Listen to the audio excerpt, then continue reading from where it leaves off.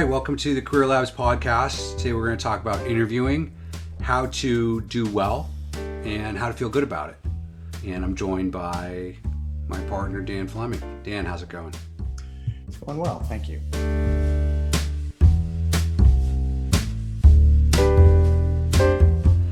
The first thing to me about the interview process is really thinking about the big picture. So, as my friend Tony Horton would say, do your best and forget the rest.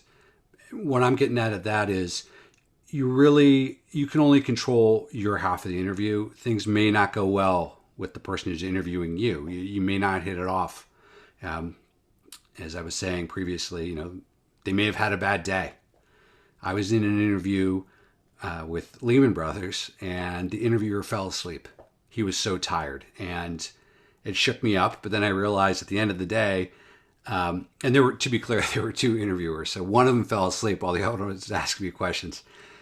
But it wasn't a good vibe. And at the end of the day, I realized I don't want to work someplace where the guy's so tired that he falls asleep in the middle of the day when he's supposed to be talking about how great his firm was.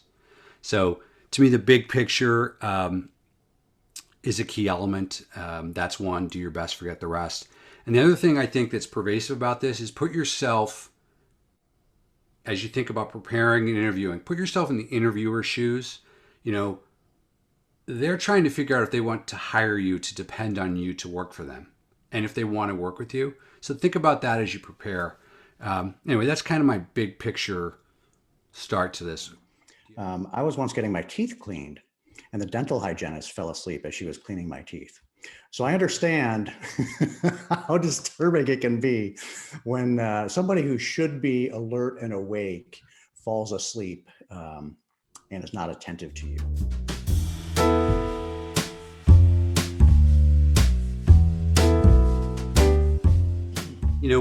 Another one I mentioned is the second thing I think about is preparation. So it's like an interview is like a competition. I played sports when I was a kid, but you can't expect to do well in the game if you don't practice. And so you got to think about what should I practice and then practice it. One of the ways to prepare, I believe, is to think about the obvious questions that you're going to get asked. Why do you want that job? Why do you want to work for that company? What questions do you have for the interviewer? Because they'll always say at the end, or 90% of the time, do you have any questions for me? Have some questions. And then think about the obvious questions, key element of preparation. And then when you say to yourself, how will I answer these obvious questions? Think again about those people. So talk to people who've had similar jobs if you can. Network. Read about the company. So if you're, interviewing for a job at Lehman Brothers, it might be good if you talk to someone who works at Lehman Brothers and say, what's so good about your firm, or what is it like in the day-to-day? All that information will help you craft answers and that fit well with what the interviewer is asking you. I'll be the first to admit I have not always been prepared to go into interviews. Same. In fact, it wasn't until probably when I was in my 30s when I realized the importance of that. One story that comes to mind is when I was an undergraduate in electrical engineering, the interviews I took, and this is before the internet, so maybe researching companies wasn't quite as easy as it is today. However, I interviewed with a major oil company in the US as an electrical engineer. Right. And one of the questions I asked the interviewer was, how many electrical engineers does, big oil company employ? And the answer was, we don't employ any. This position is going to be the very first one. So, as a 20 or 21-year-old interviewing for that, I didn't really know what to make of it. And I didn't know how to respond to that, because I kind of wanted to be part of a team of like-minded people. Right. Which obviously would not have been the case in that if I'm the first person trying to blaze some new territory in an oil company as an electrical engineer designing an oil pump or a gas pump, right? So you didn't accept their offer? Yeah, I didn't get that far as to have an offer. That's what happens when you don't prepare. Yeah.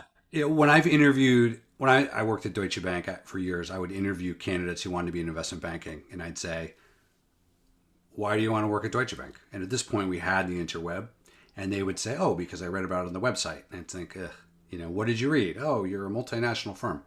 Conversely, you get someone who said, well, because I talked to Bill Smith, who is your colleague at your office, or even in New York. I was working in Boston at the time, at your office in New York, and he said this, this, this, and this about Deutsche Bank. And I talked to Melissa Jones, who worked at Deutsche Bank as well, and she was an analyst. And she said the key things to being a successful analyst, the key qualities are A, B, and C. And I believe I have those qualities. So I would be blown away if someone did that level of work and research at my firm.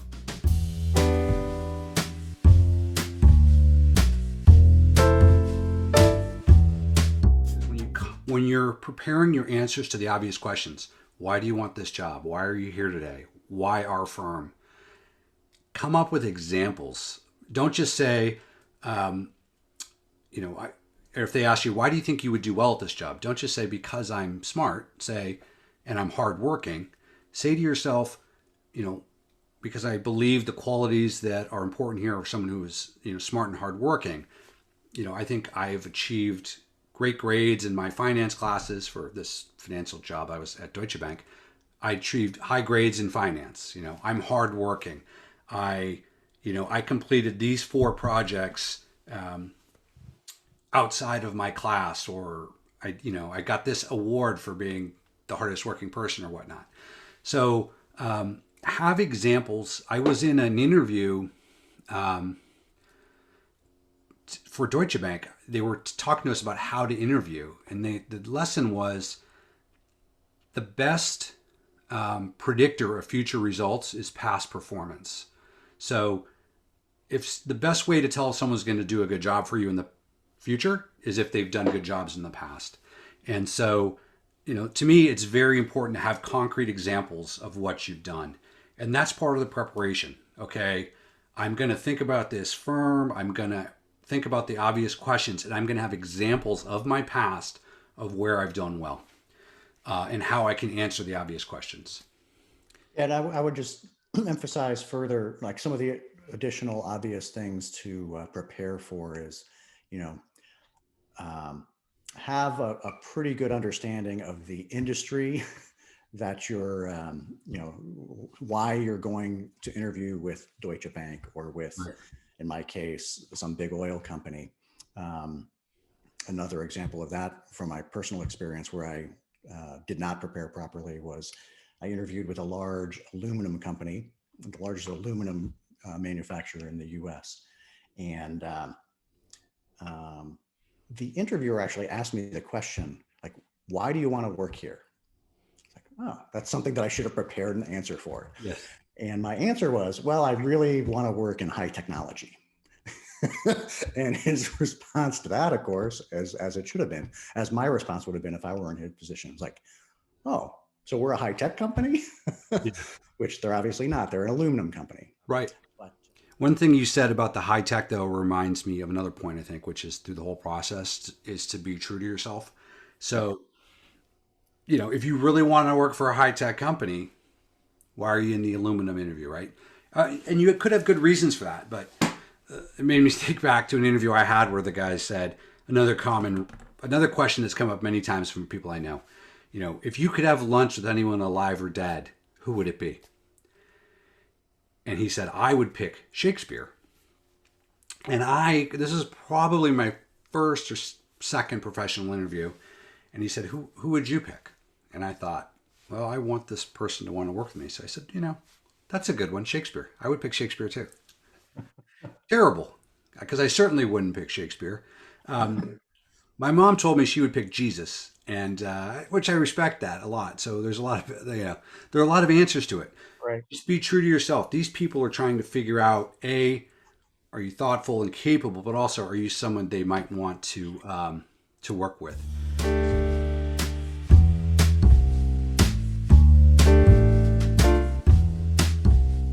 Practicing, very valuable skill set. It's like I said, in a sport, I love to play soccer. I would practice dribbling the ball or shooting the goal before I went to the game. I highly recommend mock interviews. That's one way to practice. Another way to practice is to just have something easy, just stand in front of a mirror and give your answers. Pretend that you're speaking to someone. Have a friend who's also interviewing ask you a question. You won't know exactly what the question's going to be. You'll have a good sense. It's your friend. I'm the executive from Exxon. Why do you want to work for Exxon, in offshore drilling? So to me, mock interviews, very valuable. But there's other ways to practice that are perhaps not as helpful as a mock interview. So say in a game, you might have a scrimmage amongst your teammates before the real game. That might be a mock interview. But in my example in soccer, dribbling and shooting, it might be standing in front of the mirror. It might be asking a question of yourself. Why do I want to work at Deutsche Bank? And then just saying the words out loud. So there are a lot of ways to practice.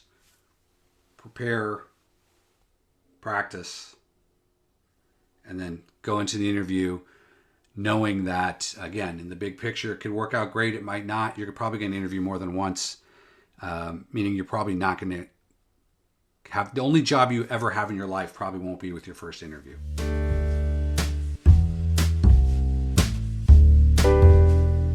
Once you walk into the interview, there's some pretty much basics that you need to think about. Again, this is 5 minutes of basics. It's different on Zoom and in person. Let's talk about in person. So arrive on time. Dress appropriately. I once came out of an interview, or at the end of the interview, the woman told me, next time you go into an interview, if you're wearing a button-down shirt, you should button the buttons. And I realized I hadn't buttoned the buttons up in a formal interview wearing a button-down shirt. Everyone has their own pet peeves, perhaps, right? So, yep. And you can't control or know what those are going to be as you go into that interview. I had an experience in the late 90s in Mountain View, California. I was coming from San Francisco. Traffic was bad. I was 5 minutes late. I went into the interview. At the end of all that, the feedback was, I was 5 minutes late and I didn't apologize for that. So the process terminated. It's like, okay. His pet peeve was exactly that, being punctual, which I can completely understand. And actually ever since then, for the last 22, 23 years now, if I'm even a minute late, the first thing I will do is apologize. Yeah. So I think those are, key common sense items. Dress appropriately, yep. Show up on time. When you get there, look the person in the eye. When you're in the interview, don't mumble. Sit up straight, have reasonable body language. Again, is this person going to want to work with me? If you're late to the interview, perhaps they think to themselves, punctuality is important in this business. This is an important meeting that so-and-so showed up late for. Is this the kind of person I can count on to show up on time?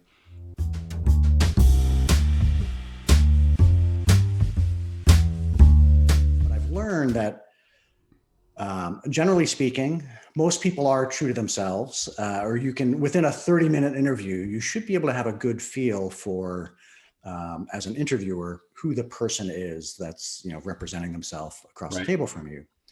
And if that person doesn't listen to the questions you're asking and they just talk nonstop, in the business world, they're going to be the exact same way, right? Yes. They're going to be maybe not the most productive employee because they're not going to listen to their coworkers. They're just going to go off on whatever position, whatever direction they're in.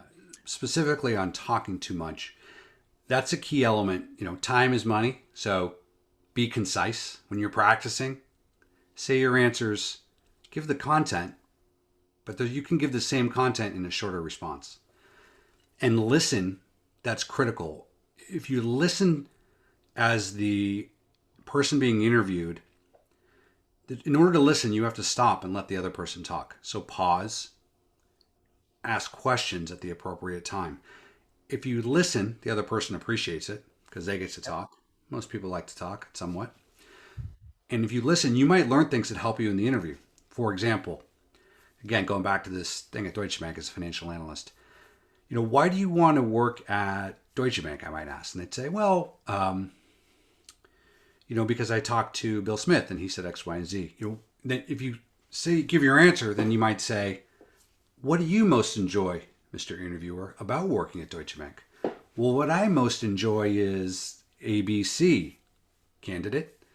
And then if you're the candidate and you listen to that, you can engage them further by addressing that. I most like working with people who are worldly because at Deutsche Bank we're an international firm. Oh, I do as well. And I studied abroad my junior year in Germany, and that was very wonderful for me. And I hope that if I do really well at Deutsche Bank, I might have the opportunity a few years down the line to explore other opportunities throughout the globe at Deutsche Bank. So that by being concise, giving the other person a chance to speak, and listening, you can enhance the whole experience. Yeah. So to some degree, it should be a conversation, right? Yeah, for sure. It shouldn't be two people going through a playbook of things to say and not listening to each other and working upon, building upon the conversation ultimately.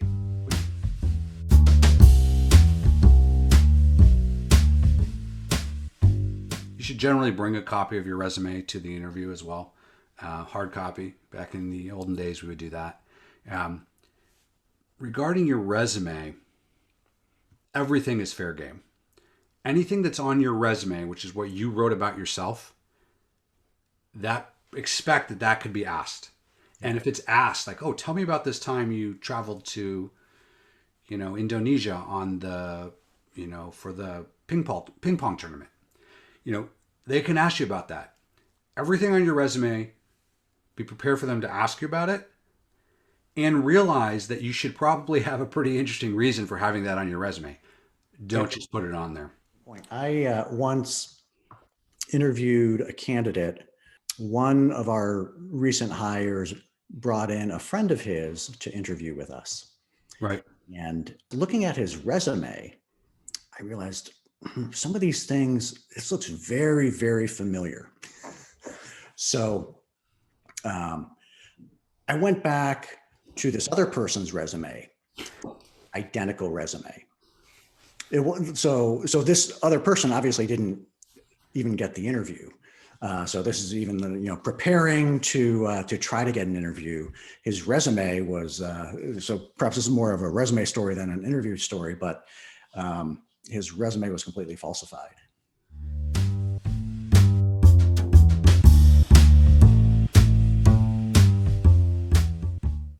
At the end of the interview, when you have your questions prepared and you ask them your questions and you're done with your questions, at least have two, by the way.